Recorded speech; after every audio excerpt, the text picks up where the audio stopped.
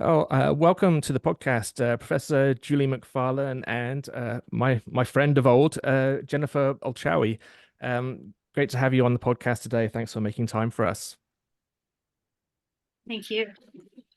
So, what has prompted this episode is the apparent announcement, somewhat informal announcement from Housing Minister, Municipal Affairs Minister Paul Calandra, that the province is thinking of passing legislation, which kind of follows up from a private member's bill from the Liberal MPP Stephen Blais, that was going to add protections for municipal staff to protect them from abuse by politicians, basically at the municipal level.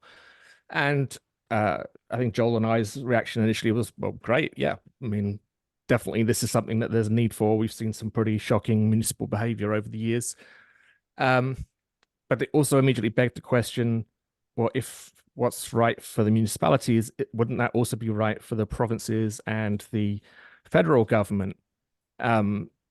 Because boy, do we have some experience, along those lines. So we thought we would invite two guests on who are dealing with different aspects of this kind of story, and which actually really relate more to the non-municipal level. And perhaps I should go to you first, Professor McFarlane, and ask you to sort of, first of all, give us your impression of what the province says it's going to do, and then perhaps you could speak some more about your sort of areas of expertise in this, and your knowledge of the of other levels of government as well. Okay, thank you, Roland. Well, first of all, I mean, on the face of it, this appears to be a very good development, that there would be protection for people working for municipalities from abuse. I would, wait with my judgment until I actually see what the legislation says, however. And I think that it's important that while there are all kinds of ways that you can virtue signal around these issues and say, you are wanting to protect people from harassment and discrimination and bullying behavior. Unfortunately, we have a lot of problems with the way in which those complaints are then handled. So this goes a lot further than simply having legislation saying we would like to ensure protection for this group. And I also agree with you, by the way, Roland, that it should also include people at other levels of government. I am currently the co-founder of a campaign called Can't Buy My Silence, which I run with Zelda Perkins, who was the first woman to break her NDA with Harvey Weinstein in the UK. And what we know from that work is that an awful lot of investigations, even once you have some protection, even once there is a willingness to investigate what has happened to somebody and the harms that have been caused, the use of non-disclosure agreements at the beginning and at the end of investigations means that the information that's been obtained never comes to light. Perpetrators can continue with their behavior because they're protected by the NDA. And for somebody who's actually suffered these kinds of harassment, the NDA blocks them from being able to talk to anybody about it, including family, friends, and even a therapist. So in other words, we have to wait with our judgment over something that is going to give at least a symbolic boost to people who've been asking for better protection for workers until we actually see the process, and then the process itself evolving and rolling out in practice, because that's often, unfortunately, at this point, because NDAs are allowed, that is unfortunately often a big disappointment. Now, I mean, I certainly can speak to things that I have seen while I was involved to a limited degree in municipal affairs, I guess, both before I was trying to be a politician and after I stopped trying to be a politician. uh, Things that I wouldn't mention because the people involved wouldn't want them mentioned, but that I would certainly put down as cases of bullying by municipal level politicians of their staff or people, whether directly their own their own staffers, so to speak, or other people. So it's definitely a need for this. I mean, there's very publicly well-known cases. There's, the former councilman Hamilton is something that we're very aware of through this podcast. There are a few characters on there whose behavior was just beyond the pale in every possible way. But Jennifer, you were a political staffer at the federal level back in the Harper era, basically, if I remember rightly.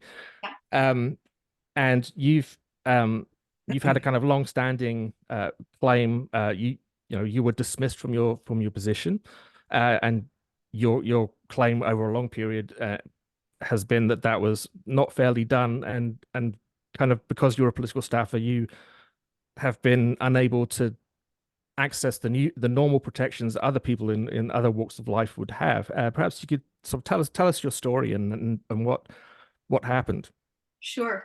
And thank you, Roland and Joel, for the invitation to discuss such an important topic.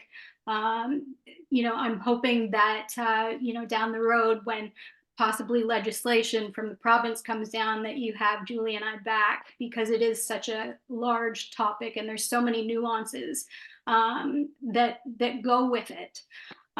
So for me, and I do want to just kind of jump back to the Ford government talking about this legislation.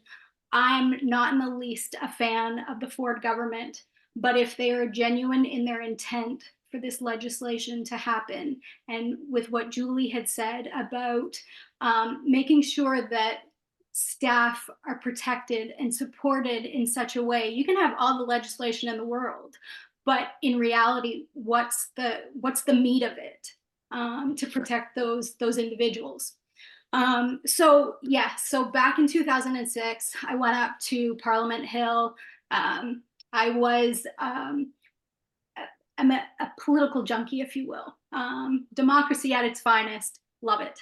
And I went to school for government and international relations. And so in 2006, came back from the States and the Bahamas and wanted to give back to my country and my community. So I worked for the Burlington Member of Parliament.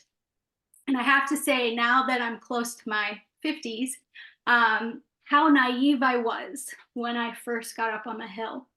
And not to say that it was a bad place, because I met some wonderful people, was involved with many wonderful events, but there's this high schoolish kind of way about the culture there, and it's toxic, more so now than before. So I'll try and put all of this together, because when I went up to the Hill, I was in my late 20s. And then when everything happened, I was in my 30s. And like I said, now I'm close to my 50s. So worked for the Member of Parliament for Burlington for a few years. Then I hopped over to the ministerial side. And as a ministerial staff, you do fall under the Public Service Employment Act. So you have to follow certain things, codes of ethics, if you will. But under that act, the ministers are able to hire staff. They're exempt staff, though. So not only can they hire, but they can also fire with cause or without. So in 2009, I worked for the Minister for Citizenship, Immigration, and Multiculturalism, which was great. Was hired by the acting chief at the time, and was there for a little bit. Federal election happened, took a leave of absence, came back. The Harper government was still in. And in June of that year, the same acting chief of staff who hired me for citizenship and immigration, he had moved over to the Minister of State for seniors. And he offered me a position as executive assistant and director of stakeholder relations. He knew my work, he knew my integrity, he knew my character. So I accepted in June. At that time, I then traveled with the minister and the director of communications. We traveled throughout the country to meet with stakeholders. And then I started not feeling right, if you will. But I thought, you know what, long hours, it takes a toll on you.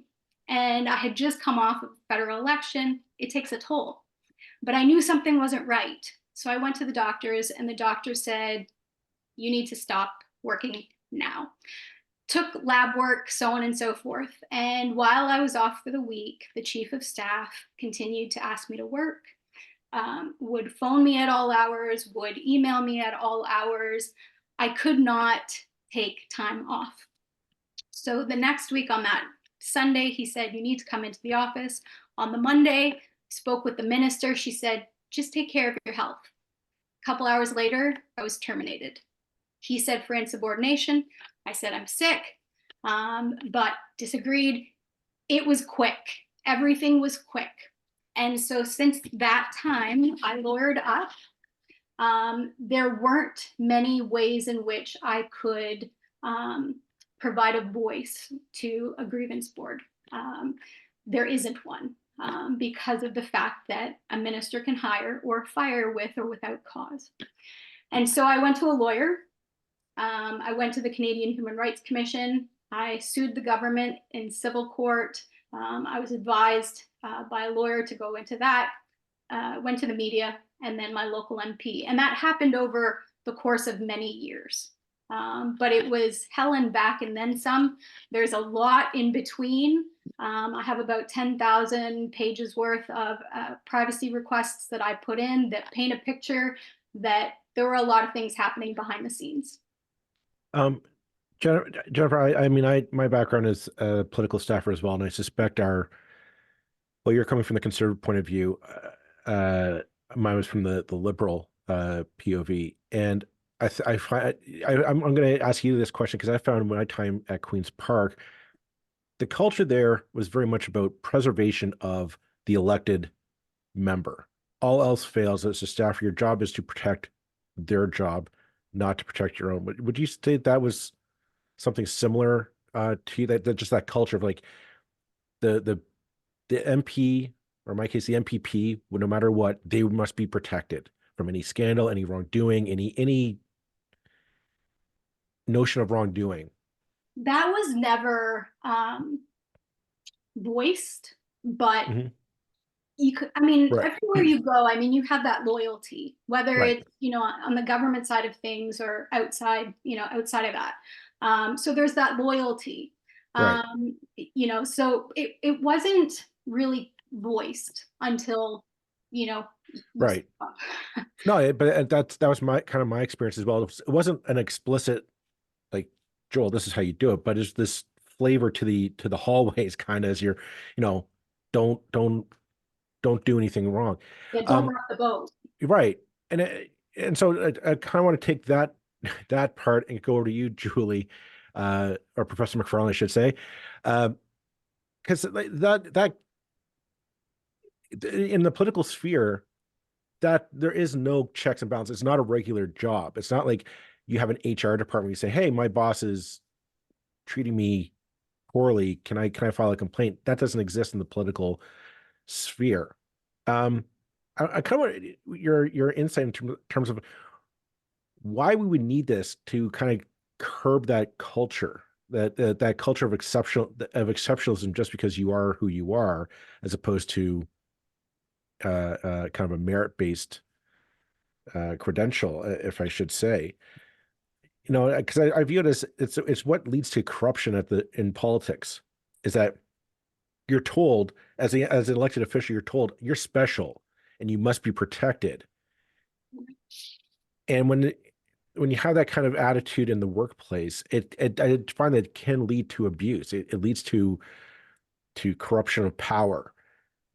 Is that your take on having looked at this, the need for a lack of or to eliminate NDAs, I should say, across the workplace, like that when you give this much power to a person, it leads to that corruption? Right. Well, first of all, let me say that the particular circumstances under which political staffers are hired under the PSSA, the Public Service Staff Relations Act, isn't something within my knowledge, expertise. the fact is that every worker in Canada can be fired at the will of the employer, either with or without cause. The only difference in those two actions is how much money is it going to cost the employer, because we are in a what's described at common law an employment at will economy. And where there are workplaces, which obviously the federal government is one such workplace, municipal as well, where there are gross imbalances of power, then you inevitably see all kinds of corruption and abuse of those positions. You know, I see it, for example, in corporations as well, frequently. I mean, you know, we never hear from the CEOs who are being abused by their secretaries. Let me just put it that way. Right. It's always the other way around. And Right. in universities, the problem of faculty misconduct and bullying, especially of graduate students, is very, very alarming how often that takes place. And again, it's facilitated by exactly what you described and Jennifer described as that power relationship, which is based on I think a sense of entitlement to protect reputation. I mean, the protection of reputation is at the base of all of this.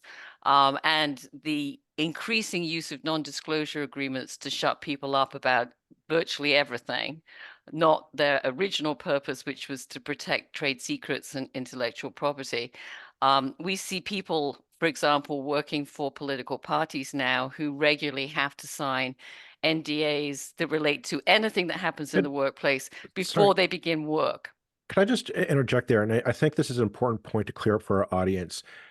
What's the difference between an NDA and a confidentiality agreement? Because some of our listeners are going to say, well, if you sign something and say, well, you can't give away, you know, if you work for a company and you invent like the new iPhone, the company owns the iPhone, not you, right?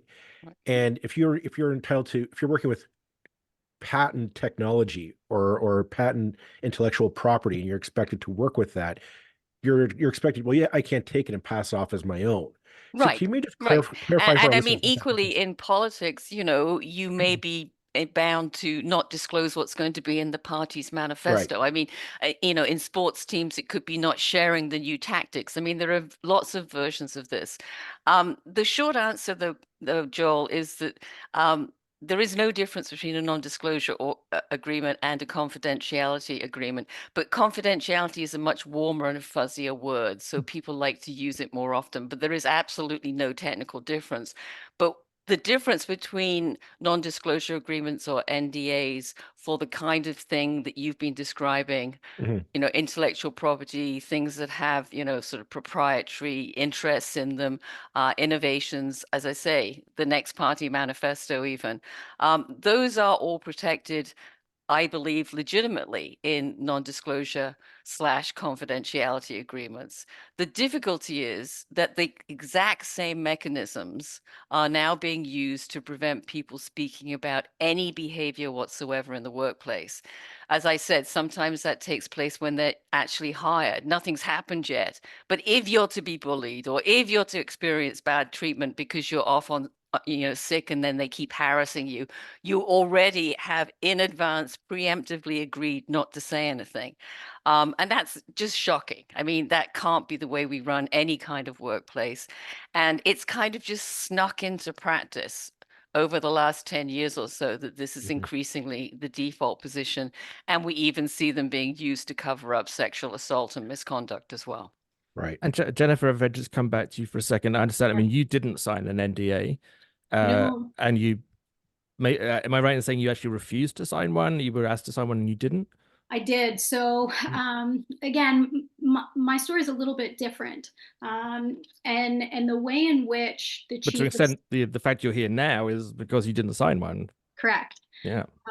and for me, the story continued. I was terminated while I was on medical leave. They said they had cause. I disagreed. They continued to pay me. My lawyers said they're offering this. They're just going to continue to pay you while we're waiting for your package. That package didn't happen until April of 2012, the following year, which was wrought with errors. The next package came November of 2012. So 14 months later, when I was terminated, this package came through with a confidentiality agreement, which I did not sign. One, it was, again, wrought with errors. I didn't agree with it. The way in which they handled things, I firmly believe they exacerbated my illness, which was Graves' autoimmune hyperthyroid. My doctor, in his long-term disability letter he said that in his 20 years of practice, he's never seen someone so severe. So I was really dealing with a lot. And because of the way in which their lawyer, 13 Department of Justice lawyers, by the way, with my one legal representative, they went ahead and they botched everything from my CRA T4 forms, which I had to fight 9 months for. I was called a liar and a cheat by CRA. Pension I had to fight for. I lost my dental benefits, you name it. But I did not sign that the confidentiality agreement because I knew something was wrong. And they tried to take my voice away. And as a result, you know, I've heard and I've had the fortunate pleasure of crossing paths with so many people that have used their voice.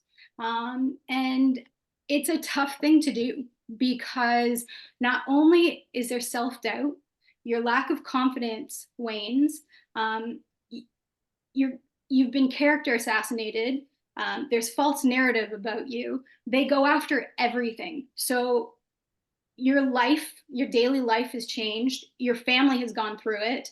Your bank account has gone through it. Your career pretty much is over. I was shunned, blackballed, you name it.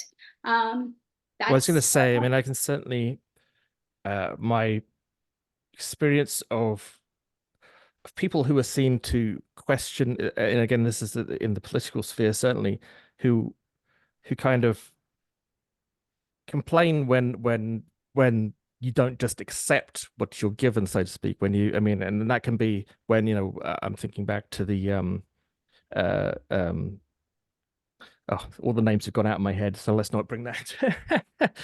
But when they're, you know, they're the politicians who speak out against their own party, you know, that kind of, again, you're viewed as kind of a traitor at that point. So it's like, if you say, well, you know, look, I was ill, you fired me, that's not fair. Now, you know, you won't, not only will you not get sympathy from your own political party and your own employers, but the other political parties also won't have sympathy for you because it's like you're not playing the game the way you're supposed to play it. And that seems, a workplace is a workplace is a workplace, to my mind. Everybody deserves the same protections. And, you know, in this specific case, people who get fired when they're ill, sorry, people should not get fired when they're ill. Just end of story. But, you know, and Roland, just to let you know too, I mean, I think every staffer, political staffer, understands that they serve at the pleasure of the minister or the elected official. I mean, if they lose the election, if they resign, if they're shuffled from cabinet, you understand the risk. And I understood the risk. That's not what I'm questioning. The fact is how they dealt with it, how they prolonged it. They exacerbated my health, stopped me from healing. And on top of that, so I shared with Roland earlier, but, oh, sorry, Julie. Yeah. No, what I was oh, go ahead. No, please. No, I didn't mean to cut you off. I'm sorry, Jennifer. I just think there's 2 points that I just want to jump in and make sure people who are listening understand. The first is that I only spoke about non-disclosure agreements as things that happened before anything took place, as pre-hire, you know, at the point of hiring. But the place in which they're, of course, used much more frequently, again, is at the point of so-called resolution. In other words, it would have been the culmination of Jennifer's negotiations, which didn't ultimately settle. And I think it's important for people to understand that what Jennifer is describing, which is this long drawn out process and the insistence that she signs an NDA and also serious undercompensation of some of what she's entitled to. This happens in every workplace. I mean, I hear from people on a daily basis who have had their employment terminated either with or without cause, and then they're being undercompensated because it's hidden in the non-disclosure agreement. I want to kind of come back to the specific story here in Ontario, and while we're still waiting for the legislation to come down and see what exactly is in the bill, it sounds to me like, talking to you, Professor McFarland, that we're looking at really kind of workers' rights reform legislation, almost not just for political staff. I mean, that's kind of the flavor of the day for the government to harp on, but we're looking at really like workers' rights to understand that if you're going to terminate somebody for whatever reason, that it's a level playing field. We know the employer should know what their rights are, and what the employee should know what their rights are. I'm curious to know, since we don't know what's in the bill, what would you say? What would you look for in this bill to mark this a success? That we're saying you have the ability to write the bill, Professor McFarland. You have pen and paper, go at it. What are some of the things that you want to see in it that you would say this is a good bill that our listeners can look at it through an analytical eye when it does come down the pipe? Right, great question. And let me just mention that there is actually, at least in theory, a consultation going on another workers' rights bill that the Minister Piccini, has said should include something on non-disclosure agreements. We've been trying since November to actually find out what consultation and please can we participate. But they have maintained that they are going to do this in a broader workers' rights context. So what would it look like in this bill? It would look the same as it would do in a broader workplace context. It would say that there was always the right to ask for an investigation, that there should never be a non-disclosure agreement signed before an investigation, because we also know from our research that many people don't even make a complaint in Jennifer's situation because they know they're going to be asked to sign an NDA and they don't want to.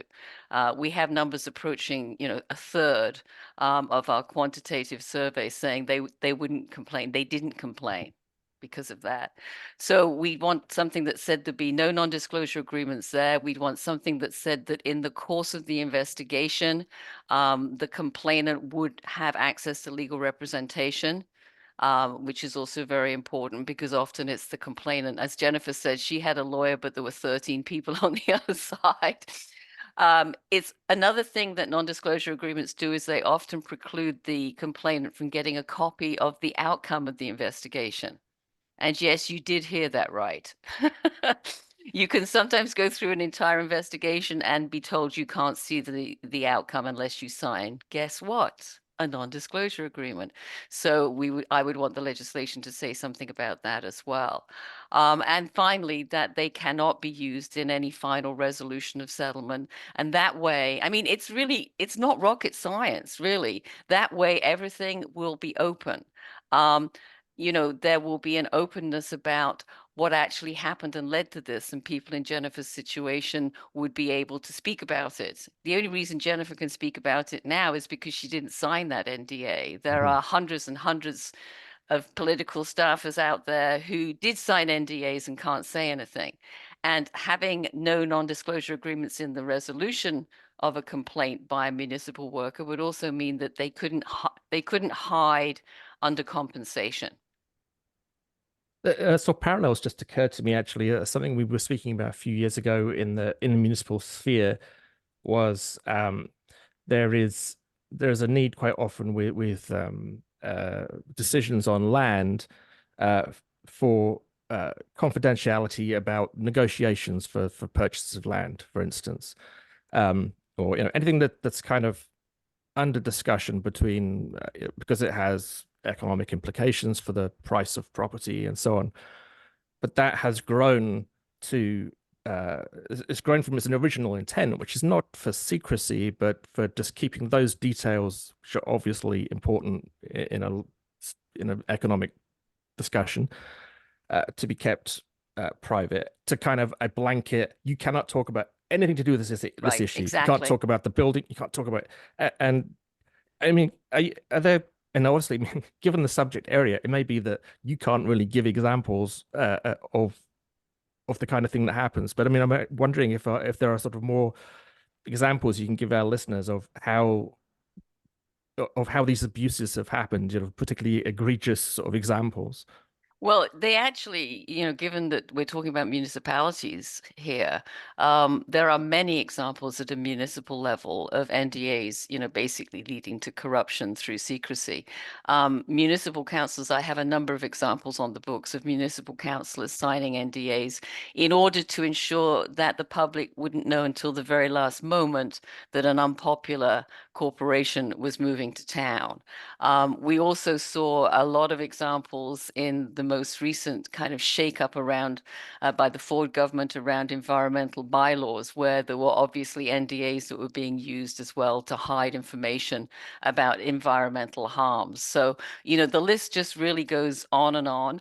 And just in reference to your point there, Roland, I mean, as I used to be an employment mediator for about 30 years, we always had a term that said, for the period during which we're negotiating, people are going to keep this within a cone of silence, because it freed people up to speak honestly.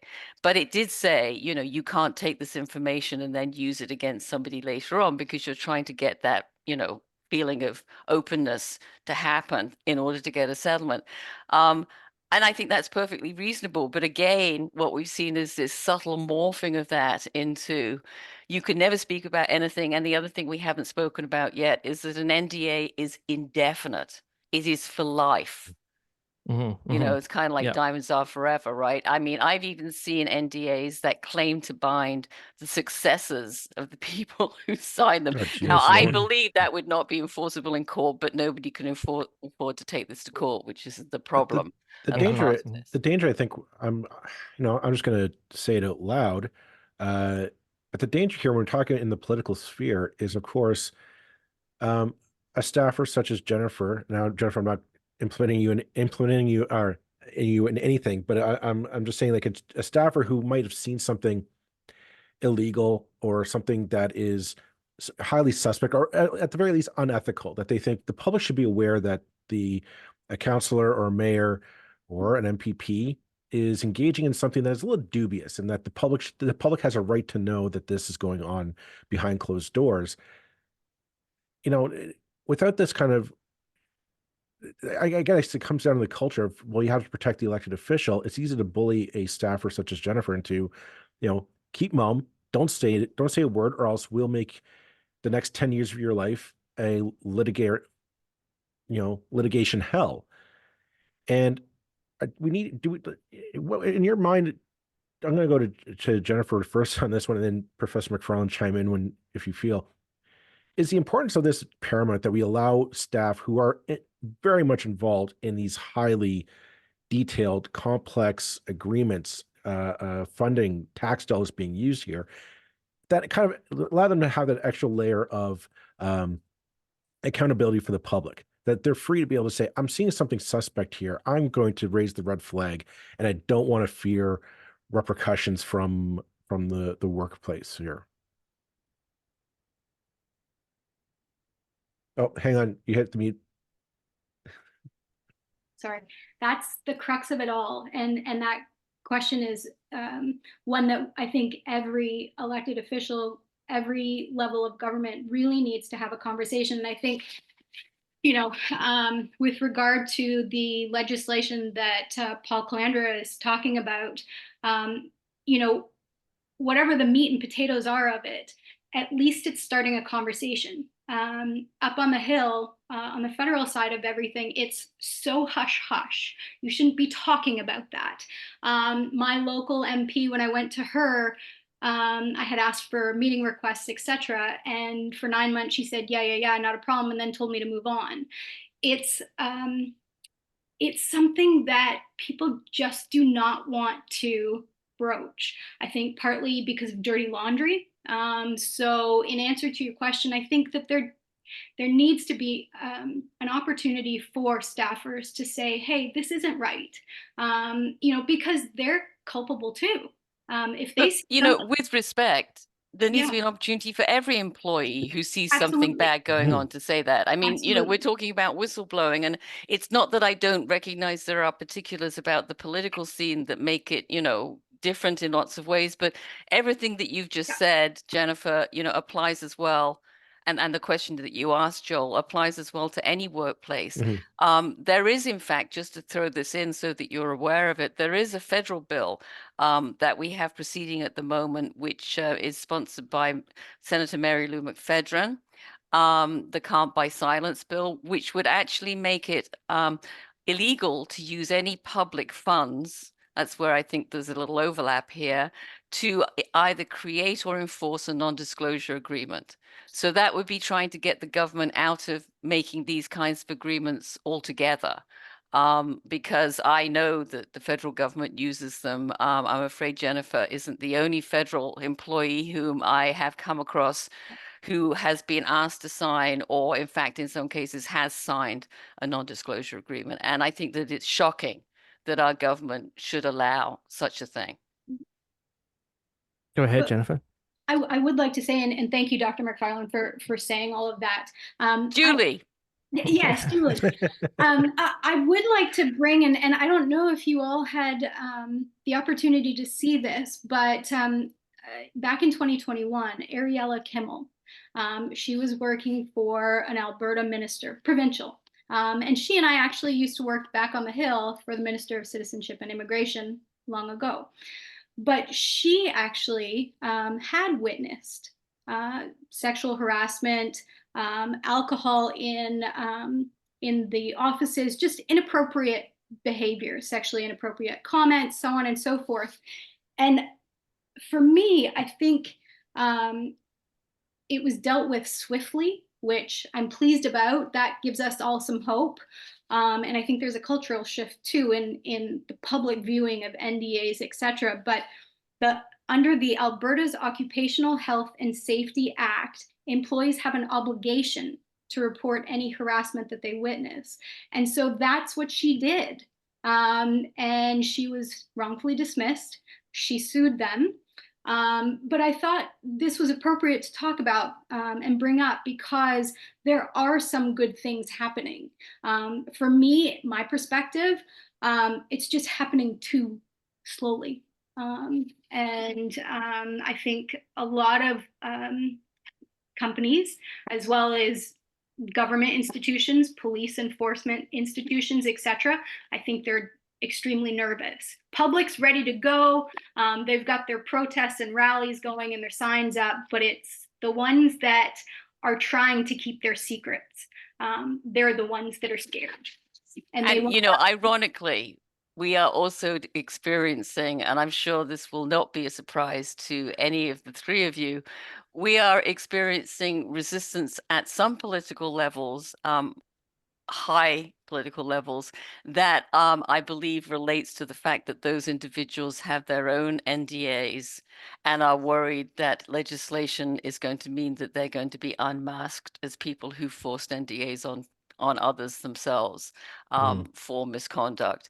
So I think that Jennifer is right, that things are moving in the right direction. I actually believe we're going to look back in a few years' time and, you know, and kind of almost laugh about the fact that we thought that we could shut everybody up in a social media age, because that's what this really is. It's this like over panicked reaction.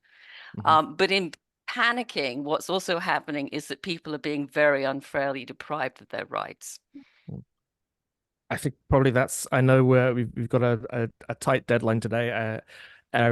So that's probably an excellent way to conclude it. I really appreciate both of you, Jennifer and Julie, Professor You're McFarland, welcome. for joining us today. This was a really interesting. It was a really interesting conversation, and I do think we'd like to return to it again in the future. And here's hoping, shining light on it will make people take this this issue more seriously. Okay. Thank you. Jennifer will talk, okay? Yes, and I just wanted to say not only thank you to you and Joel, but Julie, I wanted to thank you and Can't Buy My Silence and the work that you are doing, because you know, this all started for me back in 2011. And like I said, I was in my 30s. Now I'm closer to my 50s and I still don't have anything. But you and your group and all that you're doing has brought wind to my sail again. So Great. I'm carrying on. So We're thank winning, you. Jennifer. We're going to win. It just Thank takes you. a while. Thank you. Thank you all. Okay. Take care, everyone. Thank you, Bye, everybody. Jennifer. Thank you. Take care. Bye-bye.